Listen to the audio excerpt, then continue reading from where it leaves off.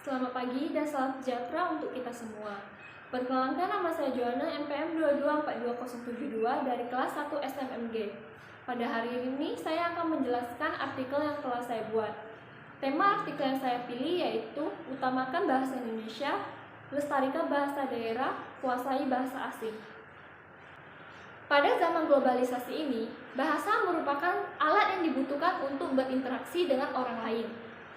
Menurut KBBI, bahasa adalah sesuatu yang digunakan oleh masyarakat untuk bekerja sama, berinteraksi, dan mengidentifikasikan diri.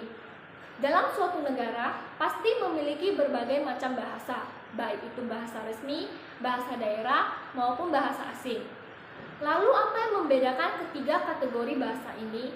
Mengapa muncul semboyan utamakan bahasa Indonesia, lestarikan bahasa daerah, kuasai bahasa asing?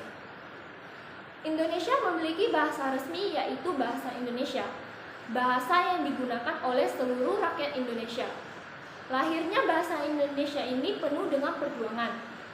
Pengakuan tekad bahwa bahasa Indonesia merupakan bahasa persatuan tercantum dalam kalimat ketiga Sumpah Pemuda pada tanggal 28 Oktober 1928 yang berbunyi, "Kami putra dan putri Indonesia menjunjung bahasa persatuan bahasa Indonesia." Dengan adanya pernyataan ini, seharusnya kita menanamkan sikap nasionalisme dan cinta tanah air dalam diri kita sendiri, yaitu dengan menggunakan bahasa Indonesia yang baik dan benar dalam kehidupan sehari-hari. Ini merupakan salah satu bentuk penghormatan kepada jasa para pahlawan yang telah berjuang untuk mencapai kemerdekaan. Lalu, apakah menggunakan bahasa daerah dan bahasa asing itu salah? Tentu saja tidak. Yang pertama, bahasa daerah.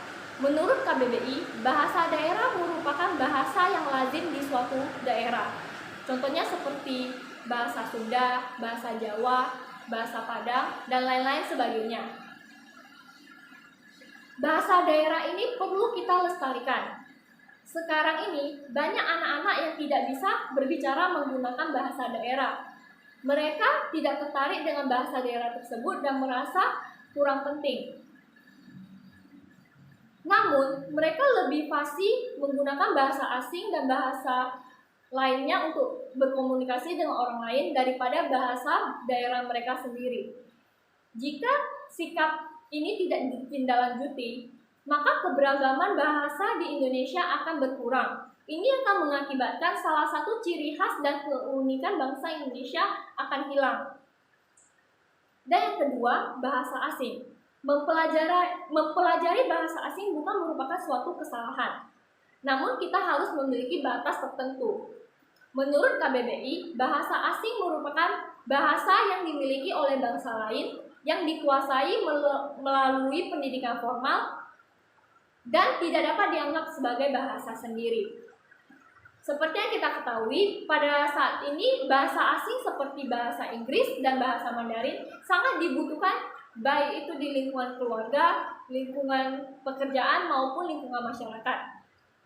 Oleh karena itu kita perlu menguasai bahasa asing untuk meningkatkan kualitas hidup kita. Oleh karena itu, inti dari kalimat utamakan bahasa Indonesia, lestarikan bahasa daerah, kuasai bahasa asing harus kita tanamkan dalam diri kita masing-masing. Yang pertama, utamakan bahasa Indonesia. Selalu mengutamakan bahasa Indonesia. Bahasa Indonesia diletak di posisi paling atas. Yang kedua, lestarikan bahasa daerah. Melestarikan bahasa daerah bukan sekedar kewajiban, melainkan harus menjadi kebiasaan bagi masyarakat setempat. Dan terakhir, kuasai bahasa asing. Mempelajari bahasa asing bukanlah suatu kesalahan, karena kondisi sekarang yang kritis dan jejaring pertemanan serta hubungan pekerjaan yang akan lebih mudah diakses jika menguasai bahasa asing. Sekian dari penjelasan saya mengenai artikel yang telah saya buat.